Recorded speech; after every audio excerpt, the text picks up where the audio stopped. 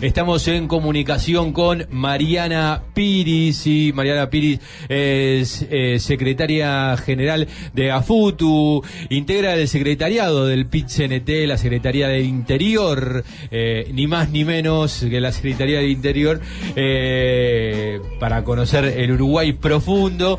Le estamos dando las buenas tardes. ¿Qué tal, Mariana? Muy, pero muy buenas tardes. ¿Cómo te va? Andrés Correa te saluda. Buenas tardes, siempre un placer poder acompañarlos y agradecerle por la invitación, por tenernos en cuenta, y un saludo también a todos los que nos escuchan. Ahí está. Bueno, Mariana, ahí está, nos acercamos a un nuevo 1 de mayo, al Día de los y las Trabajadoras, Día Internacional de los y las Trabajadoras, y te pregunto, porque vos sabés que las noticias acá, cuando se entrevista al presidente del Uruguay, son como todo muy bueno, o sea, todo va viento en popa, o sea, no hay dificultades, se lo ve muy bien, o sea, se habla del cabello de él, o sea, poco se conoce sobre sobre cómo están viviendo los trabajadores y las trabajadoras del Uruguay en el momento actual. Digo, ¿qué 1 de mayo se viene en el Uruguay? Bueno, no nos sorprende en realidad que el presidente, cuando salga a otros países, diga que está todo bien, porque en realidad para su clase sí está todo bien, y para quien él gobierna está todo bien, porque en realidad este gobierno se ha caracterizado por favorecer a los maya oro, a los que más tienen, a los concentradores de la riqueza de nuestro país, pero además se ha caracterizado en este último tramo por los escándalos de corrupción, y agudizado eso por los grandes negociados que ha tenido este gobierno, como por ejemplo el puerto, ¿no? Entonces, claramente para la clase a la cual él representa está todo bien. Para los trabajadores y las trabajadoras de este país, el modelo de desigualdad cada vez se profundiza mucho más, ¿no? Y estamos en una realidad que cada vez es más compleja, y que además cada vez es más cruel, y duele ver la pobreza, cómo ha escalado, y sobre todo ha escalado mucho en el interior del país. La situación de los trabajadores en torno a los índices de desempleo, a cómo ha subido el costo de vida de los uruguayos y las uruguayas, y hay un montón de familias que hoy no llegan a fin de mes.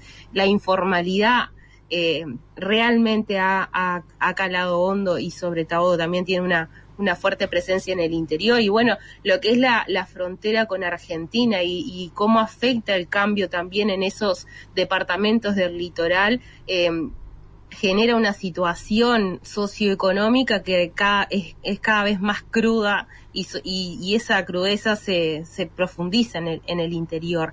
Entonces vamos a un nuevo 1 de mayo, con esto, ¿no? Que tiene esa raíz de lucha y de reivindicación de los derechos de las trabajadoras y de los trabajadores, donde ponemos arriba de la mesa y en la opinión pública esta situación, y donde también el movimiento sindical viene en una campaña de lucha en contra de algunas leyes totalmente regresivas que se han votado en estas últimas semanas, ¿no? El gobierno que dice que está todo bien, ha legislado en contra de las grandes mayorías en estas últimas 2 semanas, principalmente en términos de exigir personerías jurídicas a los sindicatos, poniendo el foco en una problemática que no es tal, que no existe, porque la mayoría de los sindicatos tienen personería jurídica. Es una clara injerencia en la autonomía del movimiento sindical, pero además legislando la semana pasada con una ley de la reforma de pensiones y jubilaciones, donde nos obligan ahora a los trabajadores y las trabajadoras a trabajar más años y cobrar menos para en el momento de jubilarnos, y profundizando los recortes y la presencia del Estado en los diferentes ámbitos de la vida, ¿no? Entonces es un 1 de mayo donde todo esto va a estar, y además enmarcado también en lo que fue o en lo que es en realidad recordar los 50 años de la huelga general, la gloriosa huelga general, donde, bueno, que son las banderas históricas de nuestro movimiento sindical, ¿no? Donde en ese momento de un golpe de Estado, los trabajadores y las trabajadoras dieron una muestra de solidaridad de clase, pero además de resistencia y de defensa de la democracia. Entonces también este 1 de mayo se encuadra en esta situación. Ahí está, clarísimo, Mariana. Te pregunto en este caso con respecto a, bueno, ahí vos un poco lo mencionabas, pero digo, también hubo un paro general, ¿no? Hace pocos días nomás en Uruguay, y otra de las cosas que golpea, en este caso, que va a golpear a los trabajadores del presente, tiene que ver ni más ni menos que con la reforma jubilatoria.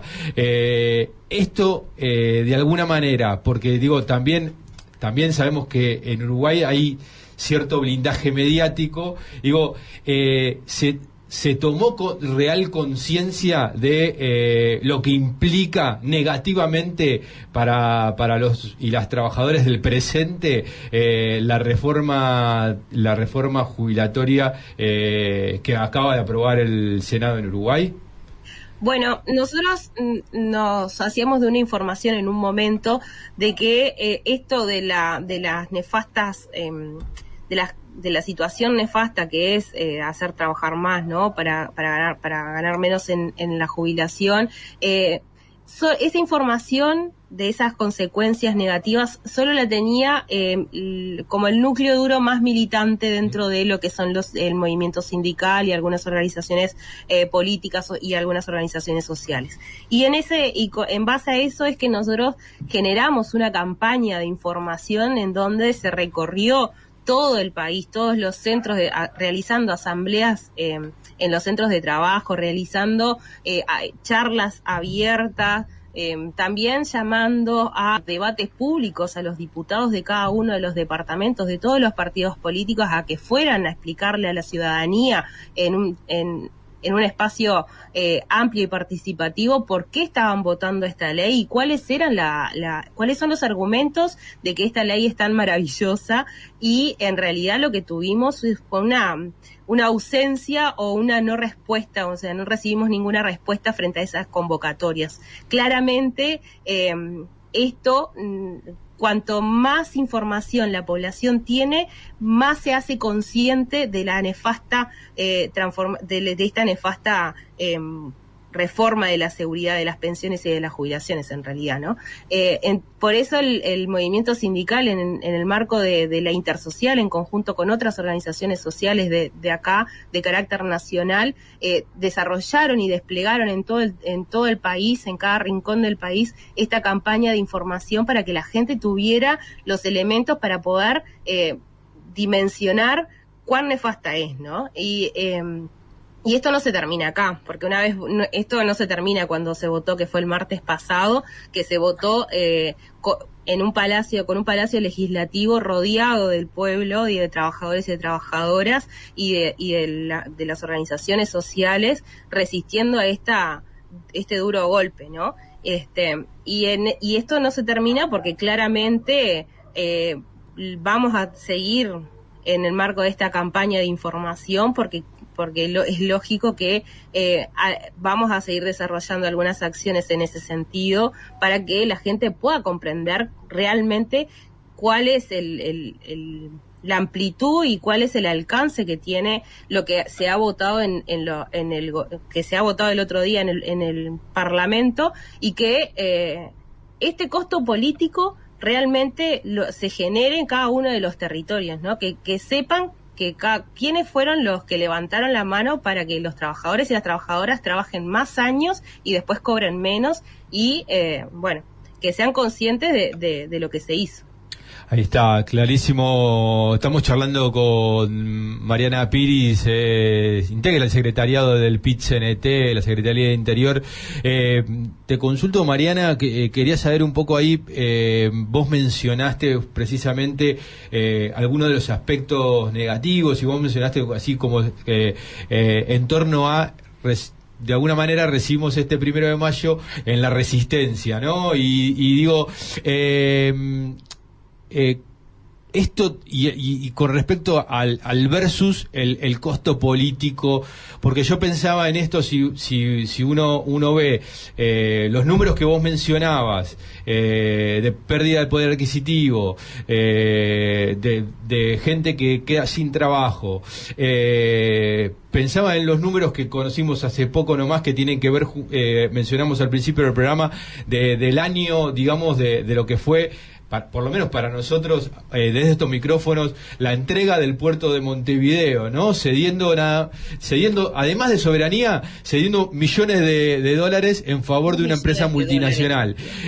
Entonces digo, y en detrimento de ni más ni menos que la administración del puerto de Montevideo, ¿no? O sea, esto hoy... ¿es caracterizable en la sociedad uruguaya con respecto a costo político y situación, o se enmarca en una situación global? Porque digo, también si los uruguayos miran a la Argentina, van a ver que está complicado, ¿no? O sea, digo, en ese contexto, digo, cuánto pesa, digamos, termina pesando lo que son las decisiones políticas de un gobierno con respecto a entender, digamos, cuál es el rol del gobierno en cada decisión política, que esto que vos decías, ¿no? Se decidió beneficiar directamente a los Maya Oro. Yo creo que son perlas de un largo collar, ¿no?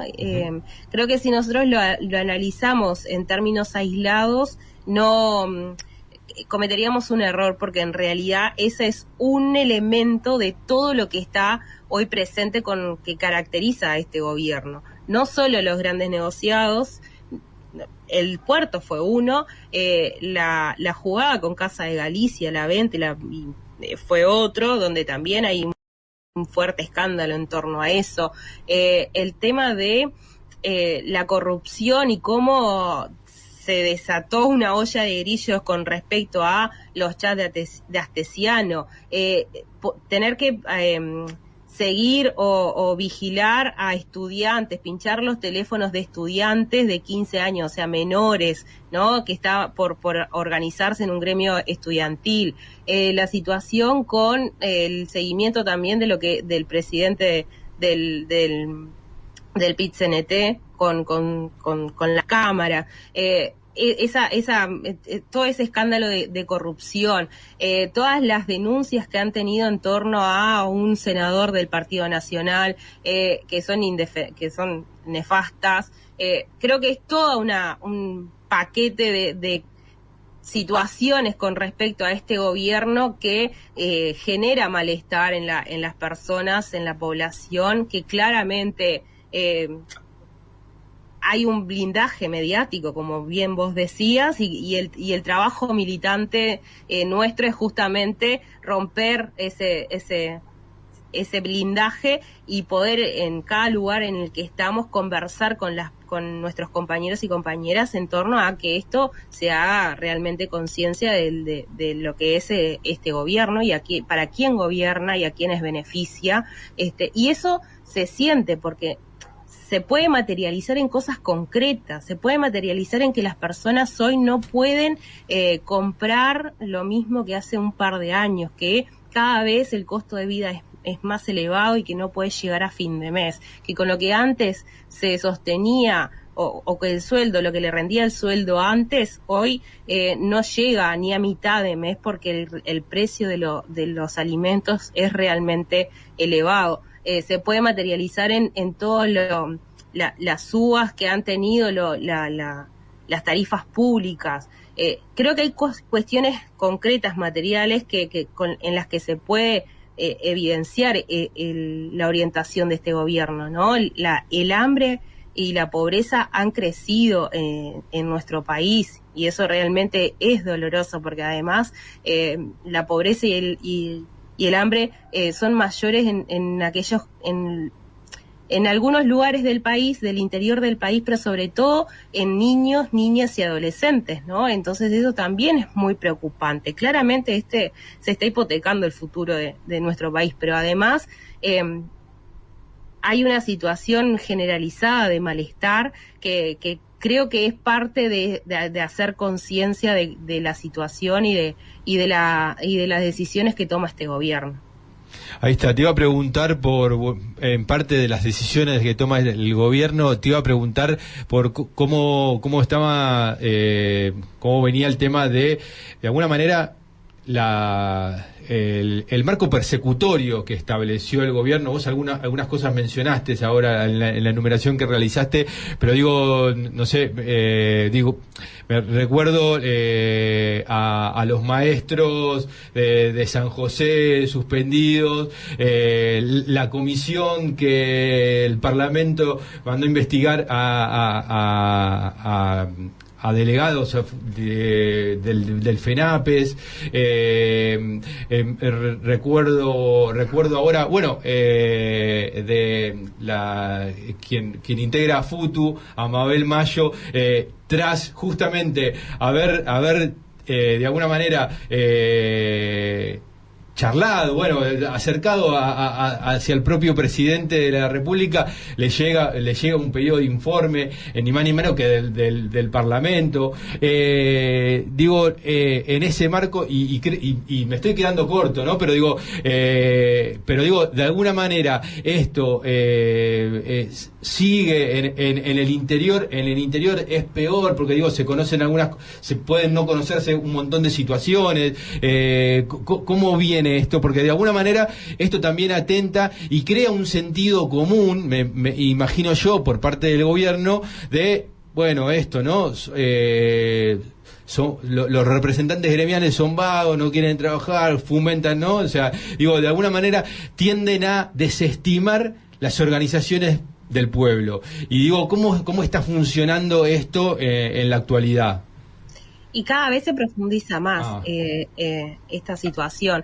Vos bien mencionabas, teníamos empezamos con los profesores de San José sumariados por sacarse una foto, seguimos con un montón de sumarios a docentes por expresiones en sus redes particulares, ¿no? Nosotros tenemos una compañera, por ejemplo, dentro de FUTU que estuvo sumariada y con retención de sus saberes porque tuvo una expresión en su red personal cuando falleció Larrañaga, por ejemplo, y fue hostigada e investigada a raíz del pedido de una senadora, que todos ya sabemos quién es, que se encarga de, ¿no? Su trabajo, o sea, se gana el sueldo que le pagamos todos los uruguayos y las uruguayas y su trabajo es perseguir a los docentes que discrepan con sus ideas. Entonces, después tuvimos otro montón de situaciones con lo que decíamos, ¿no? Cuando el año pasado fue el conflicto fuerte con respecto a los gremios estudiantiles, las ocupaciones de los centros de estudio, el conflicto con los sindicatos de la educación, que estamos en contra de esta transformación educativa impuesta, y en realidad eso se profundizó, y ahora, por ejemplo, tuvimos la semana pasada también una fuerte situación conflictiva, la semana pasada, la anterior, una situación conflictiva fuerte con los estudiantes del IABA y los docentes del IABA, donde su director, IABA es un liceo de Montevideo muy emblemático, donde su director fue separado del cargo con retención de su sueldo, de la mitad de su sueldo también, porque se negó a cumplir una orden de desalojarlos del salón gremial a los estudiantes, y en lo que se basan, o sea, en la normativa que se basan para esta decisión, data de la época de la dictadura y habla de perdón que no me sale muy bien la palabra, pero insubordinación, ¿no? O sea, estamos hablando de que se está implementando una transformación educativa en la que nosotros nos opusimos por su contenido y por su forma, donde pone al estudiante en el centro y donde además esa transformación educativa en el discurso habla de mayor autonomía de los centros educativos, pero si los centros educativos y si los directores y si las personas que están en los centros educativos no hacen lo que yo quiero, te sanciono, te persigo y te investigo y te separo del cargo, ¿no? Porque no haces lo que yo te mando. Entonces es bastante preocupante para nosotros esto, porque no solo habla de una intención de desestimar las organizaciones del pueblo, también habla de una censura directamente y la instalación del miedo, de generar el miedo en los trabajadores, que si no haces lo que se te ordena vas a perder tu puesto de trabajo, y jugar con eso en los trabajadores es realmente jodido, ¿no? Entonces hablamos de una censura y de acciones que lleva también a la autocensura, porque los docentes, lo que es la libertad de cátedra está fuertemente afectada con esta transformación educativa y con toda esta gobernanza de la educación, donde claramente si no haces lo que te ordenan, te corren. Y uno puede decir, bueno, pero en este marco de cómo se regula la educación, claramente que tenés que tener orientaciones, lineamientos, y que tenés que acatarlos, porque es una forma de organización. Y es lógico. Ahora, cuando se habla de insubordinación, cuando se habla de todas estas cuestiones traídas desde la dictadura, realmente nos ponen en alerta, porque vemos que esto va en una escalada, además, que cada vez las medidas que se toman son más drásticas y nosotros lo que hacemos es que tratar de que esto no se naturalice, ¿no? De que ese no sea el clima en el cual nosotros tenemos que trabajar en los centros educativos, porque realmente no genera nada bueno, ni para los trabajadores, mucho menos para los estudiantes. Ahí está, clarísimo. Te llevo a otro tema. En este caso tiene que ver con otro día, que es el Día del Trabajador Rural, que es mañana, y en Uruguay. Y te pregunto, actualmente, Uruguay vive de sus exportaciones y de sus campos. Te pregunto, en la actualidad, ¿cuál es la situación de los trabajadores rurales en Uruguay? Bueno, todos los 30 de abril se celebra el Día del Trabajador y la Trabajadora Rural en Uruguay. Este año, además, se hace una gran celebración, un gran encuentro nacional en San Jacinto, en Canelones, donde van a estar viniendo compañeros y compañeras trabajadoras rurales de todo el país.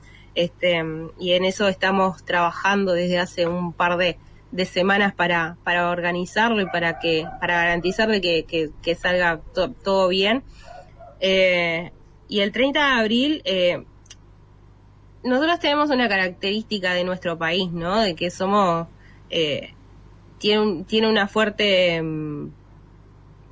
componente en su economía somos un país ganadero, un país que tiene plantaciones. Entonces, claramente ahí hay un arraigo de lo que es el trabajador rural, ¿no? Desde siempre, los trabajadores y las trabajadoras rurales desde siempre, que parece que fuera una cosa sola, pero incluye a diferentes, en la UNATRA, que es la Unión de Trabajadores Rurales, incluye diferentes sindicatos, porque los trabajadores rurales van desde los cañeros hasta los granjeros, los que trabajan en el arroz, los peones de estancia, los de los tambos. Entonces el trabajo es variado, y este año además el 30 de abril se enmarca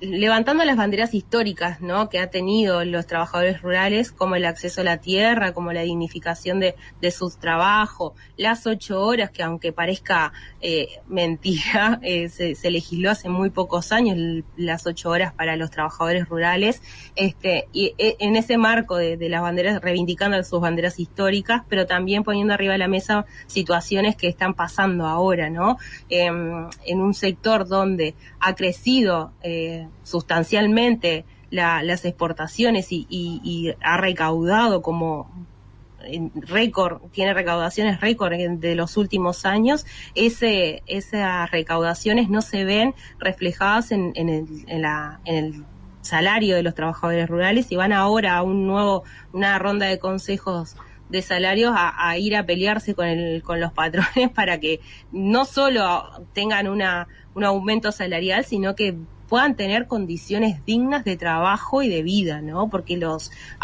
parece que pasando la portera de la estancia o del campo, los patrones todavía no se enteraron que los trabajadores rurales tienen derecho. Y se dan situaciones que son totalmente inhumanas y casi de semi-esclavitud, ¿no? Claro. Nosotros tenemos situaciones muy complejas en el campo. Desde los trabajadores rurales o los cañeros del norte, que siguen incluso viviendo en algunos galpones con los de los patrones, los trabajadores citrícolas que históricamente han tenido que batallar contra sus empleadores para que les paguen los salarios y los salarios impagos que han tenido, y que han tenido que, además, que acampar en un pleno 25 de diciembre enfrente a la puerta de la planta para reclamar sus salarios. Los tamberos, bueno, hace unas semanas ocurrió un accidente espantoso en un megatambo del país, donde 2 jóvenes murieron, ¿no?, en un tanque de biodegradable donde se vierte el estiércol ahí murieron. O sea, las condiciones laborales son realmente complejas, y esos 2 no son los únicos. Venimos de aproximadamente 6-7 trabajadores muertos en esos sectores por las condiciones laborales en las que están, y realmente es alarmante como a esta altura en el 2023 esas situaciones todavía se siguen dando en el interior y en el interior profundo. Entonces esas cuestiones son las que van a estar este 30 de abril también presentes arriba de la mesa, también reivindicando de que estas situaciones, ¿no?, de los trabajadores y las trabajadoras estén, pero reivindicando también que es un día de lucha, un día de encuentro y un día de celebración, que tanto...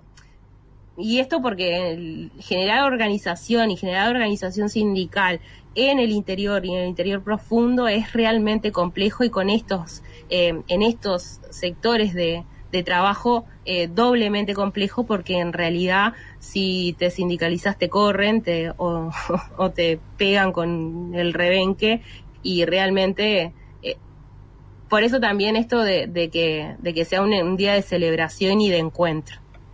Está clarísimo, Mariana, no nos queda más tiempo, te agradecemos muchísimo la participación, y bueno, no va a faltar oportunidad para que sigamos charlando, comentando sobre la realidad política, social y sindical del Uruguay. Bueno, muchas gracias por la invitación. Contarles también que este 1 de mayo van a haber más de 35 actos a lo largo y ancho de nuestro país, lo que es una muestra clara de que la clase trabajadora está en pie de lucha y se junta para marcar presencia en cada uno de los territorios de nuestro país. Entonces, me parece importante poder compartirlo esto, y también agradecerles por la invitación, y estamos a las órdenes cuando nos quieran volver a llamar.